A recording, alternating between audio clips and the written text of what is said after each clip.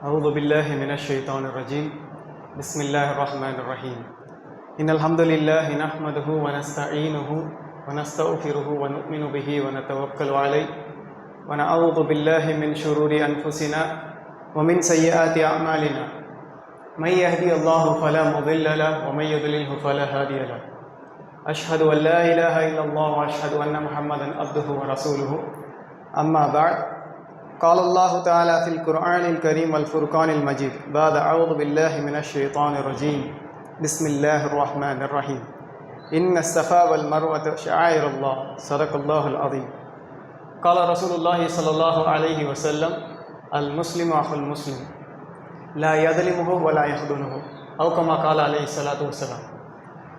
புகழ் அனைத்தும் ஏக இறைவனாகிய அல்லாஹ் சுப்ஹானஹு வ தஆலா ஒருவனுக்கே உரித்தாகட்டுமாக.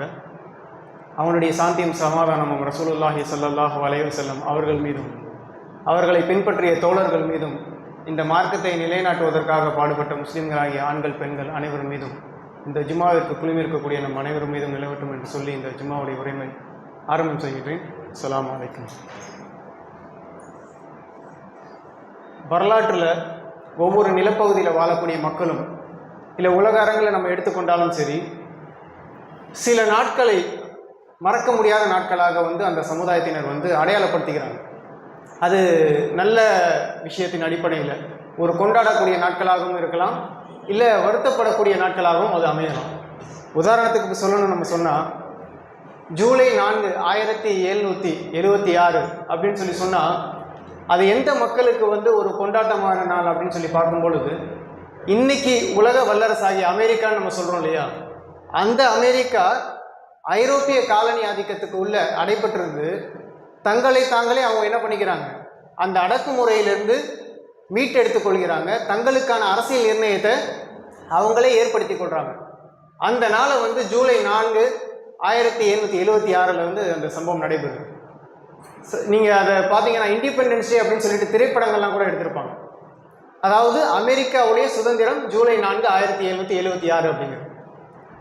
அதே மாதிரி ரசூலுல்லாஹ் ஸல்லல்லாஹு அலைஹி வஸல்லம் ரபியுல் அவ்வல் பிறை 12 ஹிஜ்ரி 1ஆம் ஆண்டு அப்படின்னு சொல்லும் பொழுது இது இஸ்லாமிய உம்மத்திற்கு ஒரு அடையாளமான நாள்.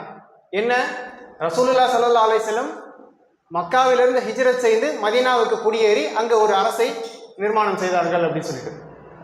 அதுபோல 1919 ஏப்ரல் 13 அப்படின்னு சொல்லணும்னா இந்தியாவில் இருக்கக்கூடிய மக்களுக்கு, குறிப்பாக பஞ்சாபில் இருக்கக்கூடிய மக்களுக்கு அந்த நாள் ரொம்ப பரிச்சயமான நாளாக இருக்கும். என்ன அப்படின்னு சொல்லி பார்த்தீங்கன்னா, ஜாலியன் வாலா பாக் அப்படின்னு சொல்லக்கூடிய ஒரு படுகொலை அப்படின்னு சொல்லுவாங்க. ஆங்கிலேய ஏகாதிபத்திய அரசு இருந்த காலகட்டத்தில் பஞ்சாபில் இருக்கக்கூடிய அந்த நிலப்பகுதியில் ஜாலியன் வாலா பாக்னு சொல்லுவாங்க. ஒரு ஒரு தோட்டம் மாதிரி, அந்த தோட்டத்தில் மக்கள் என்ன பண்ணுறாங்க, போராட்டத்திற்காக நிற்கும் பொழுது ஆங்கிலேய அரசு அந்த மக்களை சுட்டு வீழ்த்தியது அப்படின்னு சொல்லிட்டு பார்க்கக்கூடிய ஒரு சம்பவம். அது மாதிரி இந்திய வரலாற்றில் டிசம்பர் 6 1992 அப்படின்னு நம்ம சொல்லும் பொழுது முஸ்லிம்களாகிய நமக்கு இந்த நாள் ரொம்ப பரிச்சயமான நாள்.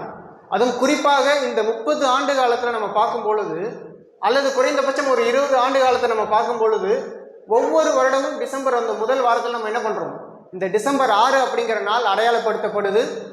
அதற்காக போராட்டங்கள் அப்படிங்கிற விஷயங்கள் அறிவிக்கப்படுது அப்படிங்கிறத நம்ம தொடர்ச்சியாக பார்த்துட்டு வரோம்.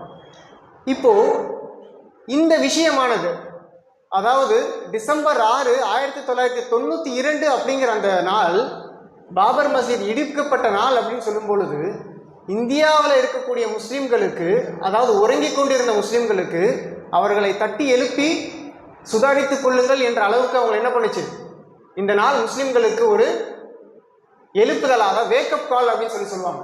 வேக்கப் கால் அப்படின்னு சொன்னால் நம்ம தூங்குவோம் இல்லையா, ஃபஜ்ருக்கு முன்னாடி எழுந்திரிக்கிறோம் அப்படின்னு சொல்லிட்டு என்ன பண்ணுவோம், அலாரம் வச்சு நம்ம எழுந்திருக்கக்கூடிய பழக்கங்கள்லாம் இருக்குது அல்ஹம்துலில்லாஹ்.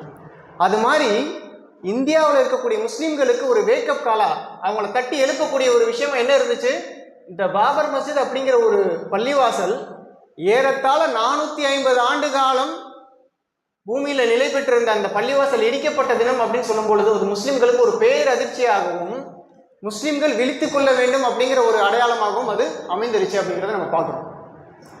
இதோட ஒரு பேரலாக ஒரு ஒப்பீடு நம்ம பண்ணணும்னா, எப்படி பலஸ்தீனுடைய விவகாரம் உலக முஸ்லீம்களை தட்டி எழுப்புதோ, பலஸ்தீனில் ஒவ்வொரு பிரச்சனை அப்படின்னு நம்ம சொல்லும் பொழுது அது உலக முஸ்லிம்களுக்கு மத்தியில் தாக்கம் ஏற்படுத்துது.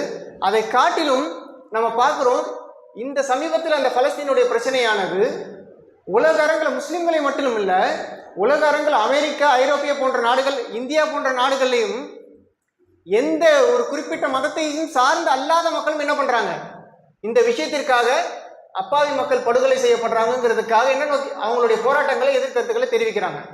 அப்போ இந்த ஒரு பேரலல் நம்ம சொல்றோம், ஒரு ஒப்பீடு. பலஸ்தீனுடைய விவகாரம் உலக முஸ்லிம்களை தட்டி எழுப்புது, அதே மாதிரி பாபர் மஸ்ஜிதுடைய சம்பவம் இந்திய முஸ்லிம்களை தட்டி எழுப்புச்சு அப்படின்னு சொல்லிட்டு. அப்போ அந்த அடிப்படையில் இந்த பாபர் மஸ்ஜிதுடைய விவகாரம் என்ன, அதற்காக போராட்டங்கள்லாம் எழுக்கப்படுது. எந்த அளவுக்கு சொல்லணும்னு சொன்னா, ஒரு 25 ஆண்டு காலத்தில் நிறைய இஸ்லாமிய இயக்கங்கள், அதாவது இஸ்லாமிய இயக்கங்கள் என்பதை சொல்வதை காட்டிலும் முஸ்லீம் இயக்கங்கள் என்று நம்ம சொல்லலாம், அதிகப்படியான முஸ்லீம் இயக்கங்கள் உருவானதற்கான பின்னணியும் என்ன, இந்த பாபர் மஸ்ஜிதுடைய சம்பவம் அப்படிங்கிறத நம்ம பார்க்குறோம். ஏன் அப்படின்னா, இந்த முஸ்லீம் உம்மத் இன்னும் என்ன இழப்புகளை சந்திக்க வேண்டியது இருக்கு, அதை எப்படி எதிர்கொண்டு தங்களை தற்காத்துக் கொள்ளலாம் இப்படிங்கிற ஒரு சிந்தனைக்கு என்ன பண்ணப்படுறாங்க, முஸ்லீம்கள், இஸ்லாமிய அறிவுஜீவிகள் உட்படுத்தப்படுறாங்க. ஒரு பாதிப்பு வரும்பொழுது தானே இதுக்கான பிரச்சனைக்கான காரணம் என்ன, இந்த பிரச்சனை ஏன் ஏற்பட்டது, இந்த பிரச்சனை இது போன்ற வரலாற்றில் மீண்டும் நடக்காமல் இருப்பதற்கு நம்ம என்ன செய்ய வேண்டும், இந்த சிந்தனையெல்லாம் எப்போ வரும், சுமூகமாக நம்மளுடைய வாழ்வையில் அன்றாட வாழ்க்கையை நம்ம நடத்திட்டு இருப்போம் இல்லையா, வியாபாரமாக இருக்கட்டும், இல்லை நம்மளுடைய குடும்ப உறவுகளாக இருக்கட்டும், இது மாதிரி விஷயங்கள்லாம் சுமூகமாக நடைபெறும் பொழுது நம்ம ஏதாவது ஒரு விஷயத்தை ஆழ்ந்து கவனம் செலுத்துவோமா? எப்போ பிரச்சனைன்னு ஒன்று வருதோ அப்போ அந்த பிரச்சனையினுடைய காலகட்டத்தில் தான் நம்ம என்ன யோசிப்போம், இந்த பிரச்சனைக்கான காரணம் என்ன, இது ஏன் ஏற்பட்டது, இதை தீர்ப்பதற்கு என்ன வழி, இது போன்ற பிரச்சனைகள் நடப்பாமல் இருப்பதற்கு என்ன வழி அப்படிங்கிறதெல்லாம் நம்ம கவனம் செலுத்துவோம். அந்த அடிப்படையில் தான் இஸ்லாமிய அறிவுஜீவிகள் என்ன பண்ணுறாங்க, கவனம் செலுத்தி இதை தற்காத்துக் கொள்ள, இது போன்ற விஷயங்கள் நடக்காமல் இருப்பதற்கு இயக்கங்கள் கட்டியமைக்கப்படணும் அப்படிங்கிற ஒரு தேவையை உணர்ந்து என்ன பண்ணுறாங்க, இயக்கங்களை கட்டி அமைக்கிறாங்க. ஸோ இதுதான் இதனுடைய ஒரு சாராம்சம். இப்போ இதனுடைய வரலாற்று பின்னணி என்ன அப்படிங்கிறத நம்ம தெரிஞ்சு கொள்ளணுமா இல்லையா? பாபர் மஸ்ஜித் விவகாரம் வெறும் இது என்ன, இந்த வார்த்தை மட்டும் போதுமானதா, இல்லை அந்த பிரச்சனையுடைய உண்மையான தன்மை என்ன, அதனுடைய வீரியம் என்ன, அதனால் ஏற்படக்கூடிய உலகளவிலான தாக்கம் என்ன அப்படிங்கிறத நம்ம தெரிந்து கொள்ளணுமா இல்லையா?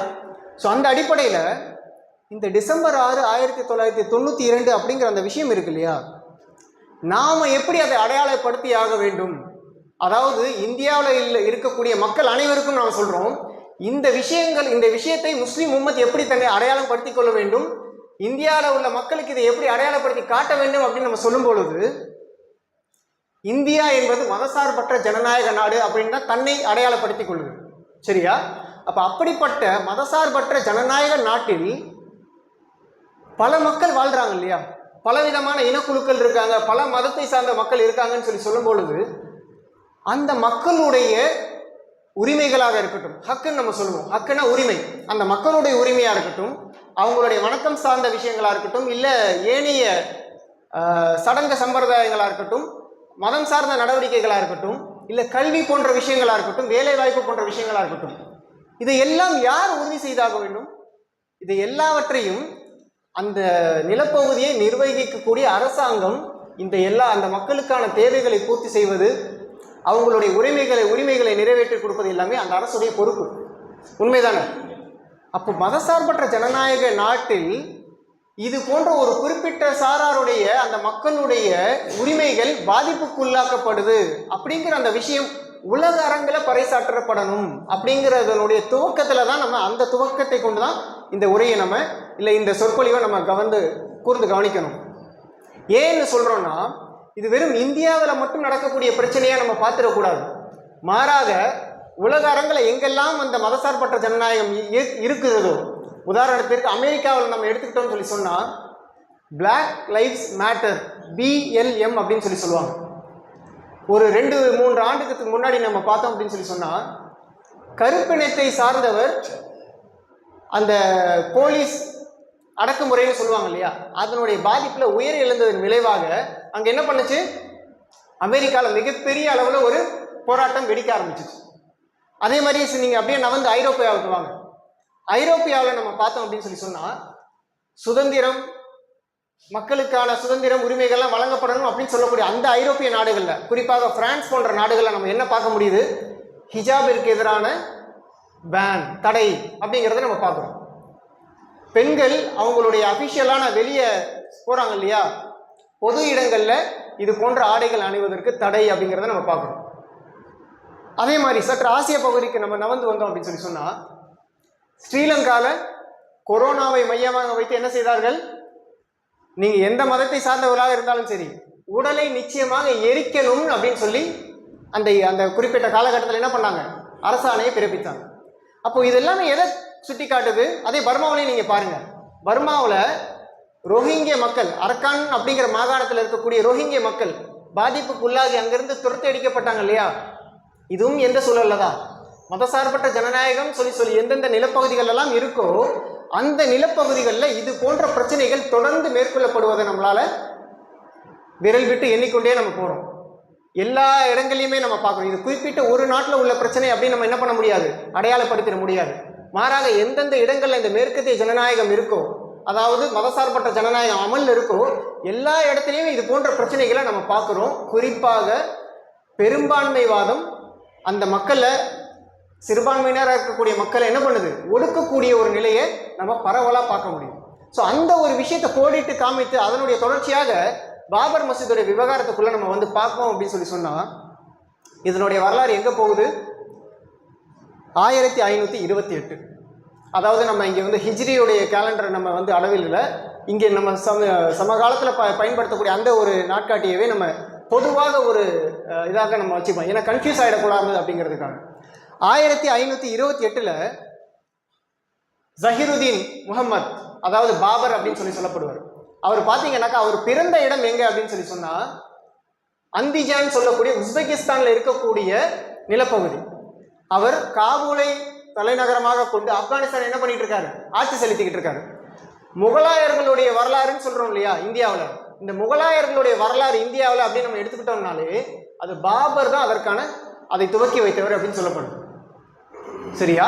அப்போ 1520களுக்கு மேல அவர் என்ன பண்றாரு, இந்தியாவுக்குள்ள வராரு. டெல்லின்னு சொல்லக்கூடிய இன்னைக்கு தலைநகரமா இருக்கு இல்லையா, அந்த டெல்லி சுல்தானியத்து, அதுவும் லோடி டைனாஸ்டின்னு சொல்லக்கூடிய முஸ்லீம்களிடத்துல இருக்கு.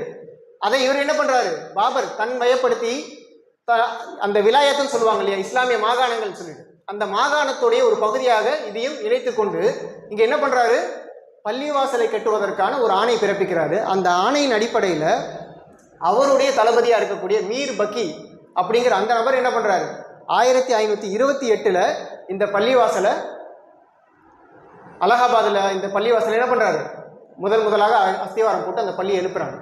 இப்போ நான் சொல்ற இந்த தகவல் இருக்கு இல்லையா, 1528 இந்த பள்ளி கட்டப்பட்டுச்சுன்னு, அது அங்கிருந்த அந்த கல் ஏடுல, அந்த கல்வெட்டு நம்ம சொல்லணும் இல்லையா, அதுல பதிவு செய்யப்பட்ட தகவல்.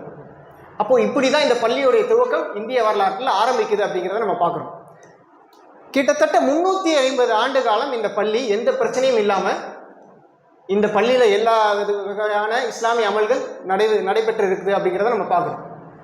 எப்போ இதனுடைய முதல் ஆரம்பம் அப்படின்னு சொல்லி பார்க்கும்பொழுது 1885 1885 நம்ம சொல்லும்பொழுது எந்த ஆட்சி காலம், ஆங்கிலேயர்கள், பிரிட்டிஷ் ராஜ் இன் இந்தியான்னு சொல்லுவாங்க. ஆங்கிலேயர்கள் ஆதிக்கம் இந்தியாவில், ஆங்கிலேயர்களின் ஆதிக்கத்துக்கு கீழே இருக்கக்கூடிய அந்த காலகட்டத்தில் முதல் முறையாக என்ன நடக்குது அப்படின்னு பார்த்தீங்கன்னாக்கா, ஃபைசாபாதுடைய நீதிமன்றத்தில் ரகுபீர் தாஸ் அப்படிங்கிறவர் என்ன பண்ணுறாரு, எங்களுக்கு வந்து இந்த கேம்பஸ் சொல்கிறோம் இல்லையா, அந்த மஸ்ஜித் இருக்கக்கூடிய அந்த கேம்பஸ், அது பல ஏக்கர் மிகப்பெரிய ஒரு பரப்பளவு, அந்த நிலப்பகுதியில் எங்களுக்கு என்ன பண்ணுங்க, இது வந்து எங்களுக்கு ஒரு கோயில் கட்டுவதற்கு ஒரு அனுமதி கொடுங்க அப்படிங்கிற அந்த அனுமதியை முன்வைக்கிறார். ஆனால் 1885 என்ன பண்ணப்படுது, அந்த அனுமதி மறுக்கப்படுது. அதற்கு பிறகு எப்போ இந்த பிரச்சனை மீண்டும் உருவெடுக்குது அப்படின்னு சொல்லும் பொழுது, மீண்டும் உருவெடுக்கலாம் இல்லை, தொடர்ச்சியாக அந்த சிந்தனையை வைத்துக் கொண்டு இருக்கக்கூடிய மக்கள் என்ன பண்ணுவாங்க, அந்த சிந்தனையை அடுத்து கடத்துவாங்க. யார் இடத்துல, ஏனைய மக்கள் இடத்துல கடத்துவாங்க. ஏன்னா அந்த சிந்தனை உயிர் பெற்று அது ஏதாவது நடைமுறை செயலாக்கமாக வரணும் இல்லையா, அப்போ என்ன நடக்கணும், தொடர்ச்சியான செயல்பாடுகள் அப்படிங்கிறது மேற்கொள்ளப்படணும். இப்போ அந்த அடிப்படையில் பார்க்கும்பொழுது 1985க்கு பிறகு அந்த அலகாபாதோட நீதிமன்றம் அதை தடுத்த பிறகு 1949 என்ன பண்ணுது, திடீர்னு அந்த பள்ளிவாசலுக்குள்ள ஒரு ராமர் சிலை வந்துடுச்சு அப்படிங்கிற ஒரு பரப்புரை, திடீர்னு ராமர் சிலை வந்துடுச்சு அப்படிங்கிற ஒரு பரப்புரை மேற்கொள்ளப்படுது. உண்மையிலேயே திடீர்னு ராமர் சிலை எங்கேயாவது வருமா அப்படின்னு சொல்லி சொன்னா, மதசார்பற்ற ஜனநாயக அரசு எப்படி பார்க்கணும், அதை எந்த விதமான மதங்களையும் என்ன பண்ண மாட்டாங்க, அவங்களுடைய அரசியல் சாசனத்தில் உட்படுத்திக்க மாட்டாங்க. அப்போ அதை தவிர்த்து ஒரு அறிவியல் ரீதியான ஒரு ரேஷனலான பார்வையை தானே அவங்க செலுத்தணும், அறிவார்ந்த பார்வையை தானே செலுத்தணும். ஆனால் அந்த அடிப்படையெல்லாம் புறக்கணித்து விட்டு அவங்க என்ன பண்ணுறாங்க, இது பிரச்சனை ஆகிடக்கூடாது, ஒரு லா அண்ட் ஆர்டர் இஷ்யூ ஆகிடக்கூடாதுன்னு சொல்லிட்டு அந்த கேம்பஸ்க்கு என்ன பண்ணுறாங்க, தடையை விதிக்கிறாங்க. அதாவது எந்த தரப்பு மக்களும் சரி, அது முஸ்லீம்களாக இருந்தாலும் சரி அல்லது முஸ்லீம் அல்லாதவர்களாக இருந்தாலும் சரி, இந்த பகுதிக்கு நீங்கள் யாரும் போக்குவரத்து இருக்கக்கூடாது அப்படின்னு ஒரு பொது தடையை ஏற்படுத்தி பள்ளி வாயிலுக்குள் மேற்கொள்ளப்பட்ட அந்த அமல் முற்றிலுமாக நிறுத்தப்பட்ட காலகட்டம் 1949 அப்படிங்கிறது. அல்லாஹ் சுப்ஹானஹு வ தஆலா இந்த ஒரு ஆயத்தில் தன்னுடைய சூரத்துல் பக்கரால சொல்கிறான், வமன் அதுலமு மிம்மன் மனாஸ் மசாஜித் அலில்லாஹ். அதாவது இன்னும் அல்லாஹ்வுடைய மஸ்ஜிதுகளில் அல்லாஹ்வின் பெயரை சொல்லி துதிப்பதை தடுத்து இவற்றை பாலாக்க முயல்பனவை விட பெரிய கொடுமைக்காரன் யாராக இருக்க முடியும் அப்படின்னு சொல்லிட்டு அல்லாஹ் சுப்ஹானஹு வ தஆலா கேள்வி எழுப்புறான். வணக்கஸ்தலங்கள், அல்லாஹ்வுடைய பள்ளிகள், இந்த இடங்கள்ல அல்லாஹ்வுடைய பெயரை சொல்லி துதிக்கக்கூடிய அந்த அம்சங்களை தடுத்து நிறுத்தி அது போன்ற அமல்களை செய்ய விடாமல் தடுத்து அதை பாலாப்பவன் இவனை விட கொடியவன் யாராக இருக்க முடியும் அல்லாஹ் சுப்ஹானஹு வ தஆலா என்ன சொல்றான், கேள்வி எழுப்புறான். சரியா? அப்போ அந்த அடிப்படையில் என்னன்னா, இந்த பள்ளிவாசல்ல மேற்கொள்ளப்படக்கூடிய இஸ்லாமிய அமல்கள் தடுத்து நிறுத்தப்பட்டுச்சு. எப்போ? 1949. இது இந்திய சுதந்திரம் அடைந்த பிறகு. சரியா? இப்போ அதற்கு அடுத்து என்னெல்லாம் நடந்துச்சு அப்படின்னு பார்த்தீங்கன்னா, வெறும் சட்ட போராட்டம் அப்படிங்கிறதை தாண்டி அரசியல் ரீதியான நடவடிக்கைகளை அதிகமான அளவில் நம்மளால் பார்க்க முடியும். குறிப்பாக வாக்கு வங்கி அரசியல். வாக்கு வங்கி அரசியல் நம்ம சொல்லும் பொழுது, இந்த பாபரி மஸ்ஜித் இடிக்கப்பட்டது வலதுசாரி சிந்தனையாளர்களால் அப்படிங்கிறது எல்லாருக்கும் தெரிந்த விஷயம்தான். ஆனால் இதை இடிக்கிற அளவுக்கு கொண்டு சென்றது எந்த செயல்பாடுகள்? அப்போ இதெல்லாம் இடிக்கிற அளவுக்கு ஒரு திட்டம் தீட்டுவதாக இருக்கட்டும், மக்களை ஒன்று சேர்ப்பதாக இருக்கட்டும், இதெல்லாம் எப்படி அடுத்தடுத்த கட்டம் அனுமதிக்கப்பட்டுச்சு? இதெல்லாம் எந்த காலகட்டங்களில் அப்படின்னு சொல்லி பார்க்கும் பொழுது, குறிப்பாக இந்த வலதுசாரிக்கு எதிர் சிந்தனையில் இருக்கக்கூடிய ஒரு ஆட்சின்னு நம்ம சொல்றோம் இல்லையா, அந்த ஆட்சி காலத்துல தான் இதற்கான அனுமதிகள் எல்லாமே வழங்கப்பட்டுச்சு அப்படிங்கிறத நம்ம பார்க்கணும். அதாவது எப்படின்னு சொல்லி சொன்னா, இந்த பாடை கட்டுவதுன்னு சொல்லி சொல்லுவாங்க இல்லையா, அடக்கம் என்ன பண்ணுவாங்கன்னா, அடக்கிட்டு உள்ள நபரை வச்சுட்டு இந்த கிறிஸ்தவர்கள் என்ன பண்ணுவாங்க, ஒரு மேலே போட்டு மூடிவாங்க, இந்த ஆணியை வைத்து அடிப்பாங்க. அதாவது இதற்கு இடையில செய்யப்பட்ட நடவடிக்கைகள் எல்லாம் வெறும் வலதுசாரி சிந்தனை மட்டுமல்ல, அதற்கு மாற்று சிந்தனையாக இருக்கக்கூடிய அந்த அவர்களுடைய ஆட்சி காலத்தில் தான் இந்த பிரச்சனைகள் எல்லாமே நடக்குது. இது எல்லாம் ஃபைனலாக அந்த ஃபைனல் நெயில் இந்த காஃபின் அப்படின்னு சொல்லி சொல்லுவாங்க. ஃபைனலாக அந்த மூடி அதை ஆணி அடிப்பாங்க இல்லையா, அந்த செயலை யார் செய்தா? இந்த ரத யாத்திரை போன்ற விஷயங்களாக இருக்கட்டும், அதை தொடர்ந்து பாபர் மஸ்ஜித் இடிக்கப்பட்ட விஷயமா இருக்கட்டும், அந்த 1992 சொல்கிறோம் இல்லையா, கருப்பு நாள் அப்படின்னு அடையாளப்படுத்துறாங்க இல்லையா, டிசம்பர் 6, அது ஒரு இறுதியான நடவடிக்கை அந்த பள்ளிவாசலை இடித்தொழித்ததில்லை. சரியா? ஏன் நம்ம இதை சொல்றோம்னா, குறிப்பாக 1989 ராஜீவ் காந்தியுடைய காலகட்டம், அவர்கள் பிரதமராக இருக்கக்கூடிய அந்த காலகட்டத்தில் தான் நம்ம சொன்னோம் இல்லையா, இங்கே 2 தரப்பினருக்கும் என்ன கிடையாது, அனுமதி கிடையாது, இது மூடி வைக்கப்பட்டுருச்சு அப்படின்னு சொல்லி சொன்னாங்க இல்லையா. அப்போ இவர்களுடைய காலகட்டத்தில் விஹெச்பிக்கு அனுமதி வழங்கப்படுது. என்ன, இங்கே நீங்க அடிக்கல் நாட்டிக்கொள்ளலாம், எந்த கேம்பஸ்ல யாரும் எந்த தரப்பினரும் உள்ள வரக்கூடாது அப்படின்னு சொல்லப்பட்டு அரசாணை பிறப்பிக்கப்பட்டு அது மூடப்பட்டுச்சோ, அதற்கு அடுத்த கட்டமாக இங்க நீங்க என்ன பண்ணலாம், நீங்க உங்களுடைய பூஜைகளை மேற்கொள்வதற்கு அடிக்கல் நாட்டுவதற்கு நாம அனுமதி கொடுக்கிறோம் அப்படிங்கிறது யாருடைய காலகட்டத்தில் நடந்துச்சு? 1989. ஸோ அப்போ அதுக்கு தான் சொல்றோம், வெறும் இந்த பிரச்சனையை வெறும் வலதுசாரி தான் இதற்கான காரணம் அப்படின்னு சொல்லிட்டு இதை ஒரு தலைப்பட்சமாக நம்ம என்ன பண்ணிடக்கூடாது, பிரச்சனையை ஒரு குறுகிய வட்டத்தில் அணுகிடக்கூடாது. ஏன் நம்ம சொல்றோம்னா, இந்த பிரச்சனை வலதுசாரி பிரச்சனையாக பார்ப்பதை காட்டிலும் இது எப்படிப்பட்ட நாடு, இதில் எப்படிப்பட்ட சட்டத்திட்டங்கள் அமல்படுத்தப்படுது, ஒட்டுமொத்தமாக இந்த நாட்டிற்கான மக்கள் என்ன பண்ணிக்கணும், இதற்கான பொறுப்பை அவர்கள் ஏற்றுக்கொள்ள வேண்டும் அப்படிங்கிற அந்த பார்வையை செலுத்தணும் அப்படிங்கிறத நம்ம சொல்லணும். ஸோ இப்போ அந்த அடிப்படையில் பார்த்தீங்க அப்படின்னு சொல்லி சொன்னாக்கா, 1992 என்னாவது பாபர் மஸ்ஜித் இடிக்கப்பட்டுச்சு அப்படிங்கிறத நம்ம பார்த்தோம். இடிக்கப்பட்டதற்கு பிறகு இதனுடைய கேஸ் எல்லாமே மீண்டும் தொடர்ச்சியாக நடந்துகிட்டு இருக்கு. அதாவது ஒரு புறத்தில் எங்களுக்கு கோயில்களை கட்டுவதற்கு அனுமதி கொடுங்கிற ஒரு பெட்டிஷன், இன்னொரு புறம் இந்த இடத்துல தான் ராமர் பிறந்தார் அப்படிங்கிறது முன்வைத்து நம்பிக்கை அடிப்படையில் ஒரு பெட்டிஷன், இன்னொன்று, இந்த நிலத்துல எங்களுக்கும் உரிமை இருக்குன்னு சொல்லிட்டு அதனுடைய உரிமை கோரும்னு சொல்லுவாங்க இல்லையா, டைட்டில்னு சொல்லுவாங்க இல்லையா, இந்த நிலப்பகுதி நிலத்துடைய டைட்டில், அதற்கான உரிமையை கொடுங்கிற ஒரு பெட்டிஷன். அதாவது எப்படின்னா, பல ஆங்கிள் பல டைமென்ஷன்ஸ்ல சட்ட போராட்டங்களை மேற்கொள்வது, அதற்கேற்றபடியாக அடுத்த கட்டமாக அரசியல் ரீதியாக மக்களை திரட்டுவது, இது ரெண்டு செயல்பாடுகளையுமே என்ன பண்ணப்பட்டிருக்கு, தொடர்ச்சியாக மேற்கொள்ளப்பட்டிருக்கு அப்படிங்கிறத நம்ம பார்க்க முடியும்.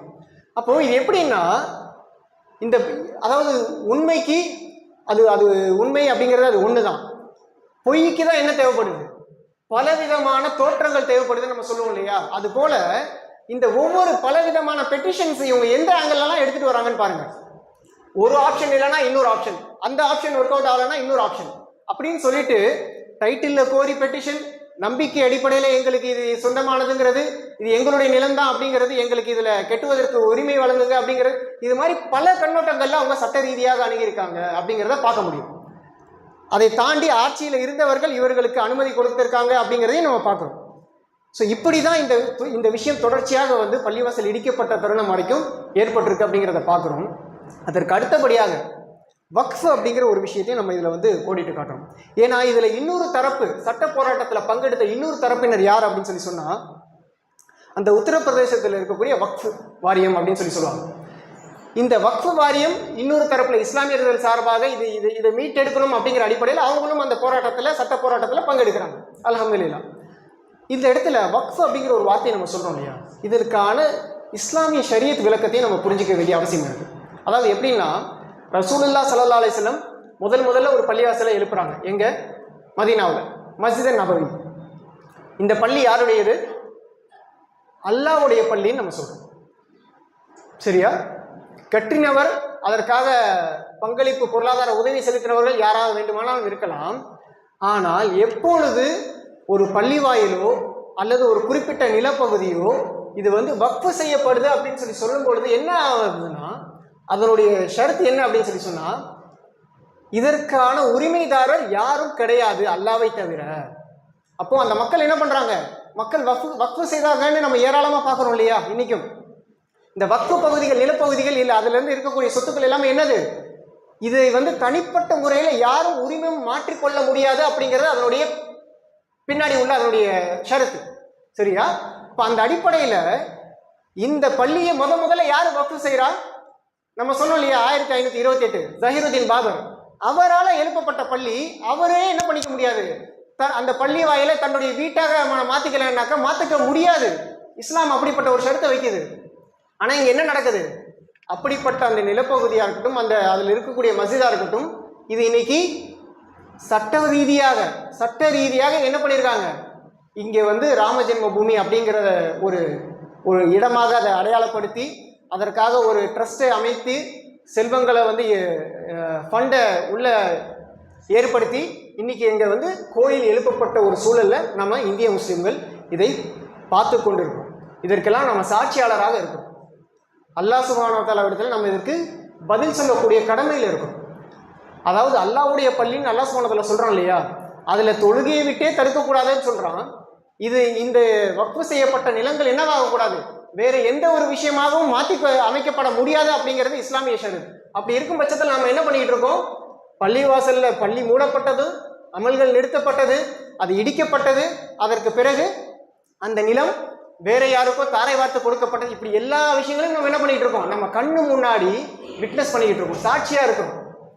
இப்போ ரசூல் ஸல்லல்லாஹு அலைஹி வஸல்லம் சொல்லி நம்ம கேள்விப்பட்டிருக்கோம் இல்லையா, ஒரு முஃமின் இல்லை ஒரு முஸ்லீம் ஒரு அநீதி இழைக்கப்படுறதை பார்த்தாக்கா அவங்க என்ன செய்யணும் அப்படிங்கிறது 3 ஷரத்து சொல்கிறாங்க இல்லையா. முதல் விஷயம் கையால் தடுக்கிறது, அவங்களுக்கு அதற்கு ஆற்றல் இல்லைன்னா நாவால் அதை எதிர்கொள்ளணும். குறைந்தபட்சம் இந்த விஷயத்தை நாம் இன்னைக்கு ஏன் பேசுகிறோம், இதாவது 30 வருடம் ஆயிடுத்து, பள்ளிவாசல் இடிக்கப்பட்டு 30 வருடம் ஆயிட பிறகும் நம்ம ஏன் இதை பேசுகிறோம் அப்படின்னு சொன்னால், அரசியல், அதாவது வரலாற்றையும் அரசியலையும் புரிந்து கொள்ளாதவர்கள் என்ன பண்ண முடியாது, வரலாற்றையும் அரசியலையும் ஏற்படுத்த முடியாது, இல்லை அதனை நிலைப்படுத்தி கொள்ள முடியாது. அப்போ அந்த அடிப்படையில் இந்த அரசியலாக இருக்கட்டும் இல்லை இந்த வரலாறாக இருக்கட்டும், இதை கட்டாயம் நம்ம என்ன பண்ணி ஆகணும், நம்ம தெரிந்து கொள்ள வேண்டியது அவசியம். ஏன்னா ரசூல் ஸல்லல்லாஹு அலைஹி வஸல்லம் சொல்கிறாங்க, லா யுல்தகு முஃமின் மின் ஜுஹ்ரின் வாஹிதின் மர்ரத்தைன். அதாவது ஒரு முஸ்லீம் ஒரே பொந்துல இருந்து 2 முறை கூட கொட்டப்பட மாட்டான். ஒரு இடத்துல இருந்து ஒரு பாதிப்பு வந்துருச்சுங்கிறத நம்ம பார்க்குறோம். அதுக்கு அடுத்து நம்ம என்ன பண்ணுவோம்? சுதாரித்துக் கொள்ளணும். அதே மாதிரியான பிரச்சனையில அதே இடத்துல நம்ம என்ன பண்ணக்கூடாது? பாதிப்பு உள்ளாகக்கூடாது. ரோட்ல இருக்கு, இல்ல பள்ளம் இருக்கு, ஏதோ ஒரு இடம், ஒரு பாதிப்பை சந்திச்சிட்டோம், அதே இடத்துல அதே தப்பு திரும்பி செய்யலாமா? அப்படி இருக்கக்கூடாதுங்கிறத ரசூல் ஸல்லல்லாஹு அலைஹி வஸல்லம் எச்சரிக்கை. ஏன் இதை சொல்றோம்னா, வாரணாசியில ஞானவாபிங்கிற பள்ளிவாசல்ல இன்னைக்கு என்ன பண்றாங்க? இதே அணுகுமுறையை இப்ப மேற்கொள்றாங்க. அப்போ அல்லாஹ் சுப்ஹானஹு வ தஆலா இந்த விஷயங்களை நமக்கு கண் முன்னாடி இன்னைக்கு பார்த்தீங்கன்னா சோசியல் மீடியாவாக இருக்கட்டும், இல்லை செய்தி தொடர்பு சாதனங்களாக இருக்கட்டும், இதில் எல்லாமே நமக்கு செய்திகள் வந்து ரொம்ப எளிதில் கிடைக்கக்கூடிய விஷயமா இருக்கு. அப்போ இது போன்ற விஷயங்களை நம்ம தெரிந்து கொள்வது எதற்காக அப்படின்னா, மீண்டும் இது போன்ற ஒரு சம்பவங்களை நம்ம அனுமதித்து விடக்கூடாது அப்படிங்கிற அந்த அடிப்படையில் இது போன்ற செய்திகளை தெரிந்து கொள்வதன் அவசியத்தை உணர்ந்தவர்கள இந்த விஷயத்தை உங்களுக்கும் எனக்கும் நினைவூட்டி இந்த முதல் உரையை நிறைவு செய்கின்றேன். வாஹிர் தஅவானா அல்ஹம்துலில்லாஹி ரப்பில் ஆலமீன்.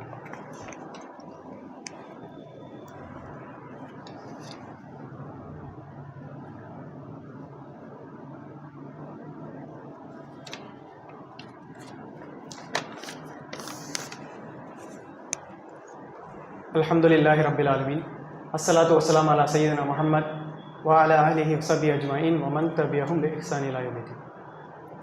கண்ணியமிக்க அல்லாஹ்வின் நல்லடியார்களே, இப்போ இந்த பாபர் மஸ்ஜிதுடைய ஒரு சுருக்கமான வரலாற்று பார்வையை நம்ம தெரிஞ்சிருப்போம். அதனுடைய அரசியல் வரலாற்று அம்சங்களை தெரிஞ்சிருக்கிறதுக்கான வாய்ப்பு இருக்கும் அல்ஹம்துலில்லாஹ். இப்போ இதிலிருந்து இஸ்லாத்துடைய ஒப்பீடையும் நம்ம என்ன பண்ணணும்? அதில் வக்ஃப் அப்படிங்கிற விஷயத்தை நம்ம பார்த்தோம். அதை தாண்டி இந்த இடத்துல இஸ்லாமிய நீதித்துறை எப்படி செயல்படும், இன்னைக்கு இருக்கக்கூடிய மற்ற நீதித்துறை அம்சங்கள் எப்படியெல்லாம் செயல்படுது அப்படிங்கிறதையும் நம்ம என்ன பண்ணிப்போம்? ஒரு ஒப்பீடை நம்ம வந்து புரிஞ்சுக்கணும்.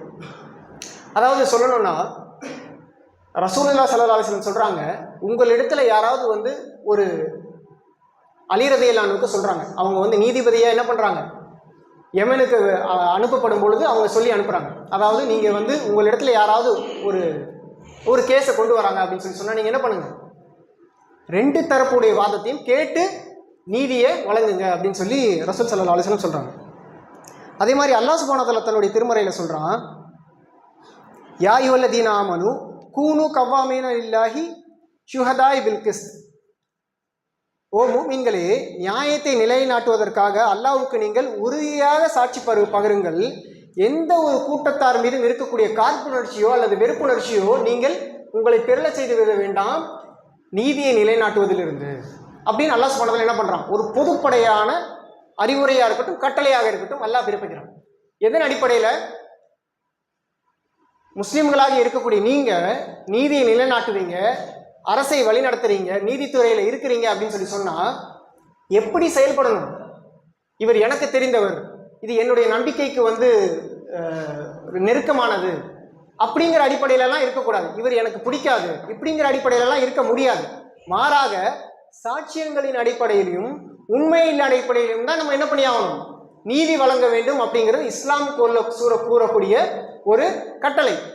இதற்கான எண்ணற்ற உதாரணங்களை நம்ம பார்க்க முடியும். உமர் ரலியல்லாஹு அன்ஹு ஜெருசலேம்ல நுழையிறாங்க. பலஸ்தீன் நம்ம சொல்றோம் இல்லையா, அங்க நுழைந்து அந்த பகுதி வெற்றி பெற்ற பிறகு அங்க தொழுவதற்காக அங்க உள்ள அந்த பாதிரிமார் சொல்றாரு, நீங்க இங்கேயே சர்ச்சையிலே தொழுதுக்கோங்களேன் அப்படின்னு சொல்லி சொல்றாங்க. உமர் ரலியல்லாஹு அன்ஹு அதுக்கு பதில் அளிக்கிறாங்க, நான் இன்னைக்கு இங்க தொழுதேன்னா பிறகு வரக்கூடிய முஸ்லிம்கள் இது பள்ளி வாயிலாக மாற்றுவதற்காக கூட வாய்ப்பு இருக்கு அப்படிங்கிறத அவங்க என்ன பண்றாங்க?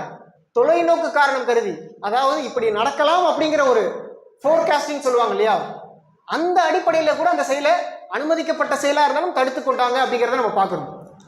அதே மாதிரி அலி ரலியல்லாஹு அன்ஹு கலீஃபாவாக இருக்கும் பொழுது ஒரு யூதர் என்ன பண்றாருன்னா அவங்களுடைய அந்த கவசத்தை எடுத்து வைத்துக் கொள்றாங்க.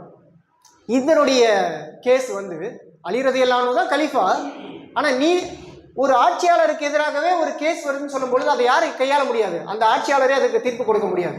அப்போ அது வேற ஒரு நீதிபதியிடம் தான் செல்ல வேண்டும். அப்போ அந்த நீதிபதி என்ன பண்றாங்க? கூப்பிடுறாங்க 2 தரப்பினரையும், கலீஃபாவையும் கூப்பிடுறாரு, அந்த யூதரையும் கூப்பிடுறாரு. சாட்சியங்களை வந்து ஆய்வு செய்து பார்த்துட்டு அலி ரலியல்லாஹு அன்ஹுடையது தான் இந்த கவசம் அப்படிங்கிறதுக்கு எந்த விதமான சாட்சியம் நிரூபணம் இல்லைன்னு சொல்லிட்டு என்ன பண்றாரு? அந்த யூதருக்கு சாதகமாக, சாதகம் அப்படிங்கிறதை காட்டிலும் நியாயத்தின் அடிப்படையில் அவருக்கு தெரிந்த அம்சத்தின் அடிப்படையில் தீர்ப்பு வழங்குறாரு. இதற்கு பிறகு அந்த யூதர் என்ன பண்றாரு? அவருக்கு தெரியும் இல்லையா நான் தான் என்ன செய்தேன் அப்படின்னு சொல்லிட்டு. அப்போ அவர் வந்து இப்படிப்பட்ட ஒரு நிலப்பகுதி, நான் ஒரு ஆட்சியாளருக்கு எதிராக வந்து நான் நிற்கிறேன், ஆனால் எனக்கு சாதகமாக தீர்ப்பு வந்திருக்கேன்னு சொல்லிட்டு அவர் இஸ்லாத்திற்கு மாறிய சம்பவங்களை எல்லாம் இஸ்லாமிய வரலாறு தன்னகத்தை புதைத்து வைத்திருக்கு. இந்தியாவுடைய வரலாறு சாட்சியானது. ஏறத்தாழ 800 வருடங்கள் இஸ்லாமியர்கள் ஆட்சி செய்த பொழுதும் இன்னைக்கு எத்தனை கோயில்கள் இல்லை ஏனைய மத வழிபாட்டு தலங்கள் இருக்கு அப்படின்னால அதுவே என்ன ஒரு சாட்சி? முஸ்லீம்கள் இஸ்லாமியர்கள் நீதிக்கு பறைசாற்றக்கூடிய மக்களாக இருந்திருக்காங்க அப்படிங்கிறத வலியுறுத்தக்கூடிய ஒரு அம்சமாக நம்ம பார்க்க முடியும். அப்போ இன்னைக்கு இருக்கக்கூடிய பிரச்சனைகள் நம்ம சொல்றோம் இல்லையா, இந்த மேற்குலகத்துடைய மதசார்பற்ற ஜனநாயக அரசியல்னால ஏற்படக்கூடிய தாக்கங்கள், பாதிப்புகள் நம்ம சொல்லும் பொழுது அந்தந்த நாடுகளில் இருக்கக்கூடிய சிறுபான்மையினர்கள் பாதிப்புக்குள்ளாகிறாங்க, அடக்குமுறைக்கு உள்ளாக்கப்படுறாங்க. வணக்க வழிபாடுகளா தலங்களாக இருக்கட்டும், அவங்களுடைய அடிப்படை விஷயங்களாக இருக்கட்டும், இது போன்ற பல அம்சங்களில் பாதிப்புக்குள்ளாகிறாங்க அப்படின்னு சொல்லும் பொழுது இதற்கான தீர்வு அப்படின்னு சொல்லும் பொழுது இஸ்லாத்தை தான் நாம் பறைசாற்ற வேண்டும். உலக மக்களுக்கு வெறும் நம்ம வாழக்கூடிய சென்னையோ அல்லது தமிழகமோ அல்லது இந்தியாவோ இதை தாண்டி உலக அரங்கில் இஸ்லாம் மட்டும்தான் அனைத்து மக்களுக்கும் சுபிட்சமான, நீதமான, அமைதியான வாழ்க்கையை தர வல்லது அப்படிங்கிற அந்த ஒரு பொறுப்புணர்ச்சியை உணர்ந்தவர்களாக நாம் நம்மளுடைய அழைப்பு பணியை வந்து செய்ய கடமைப்பட்டிருக்கோம் அப்படிங்கிற அந்த விஷயத்தை உங்களுக்கும் எனக்கும் நான் நினைவு ஊட்டி இந்த ஜும்மாவுடைய 2வது உரையை நிறைவு செய்கின்றேன். வாஹிர தவானா அல்ஹம்துலில்லாஹி ரப்பில் ஆலமீன். கூமு இலா ஸலாத்திக்கும் இரஹமக்குமுல்லாஹ்.